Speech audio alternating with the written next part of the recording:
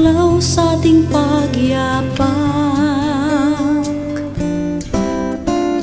Minsan ang buhay ay isang awit ng luha, at siyang papawin nito ay ang pag-asa ng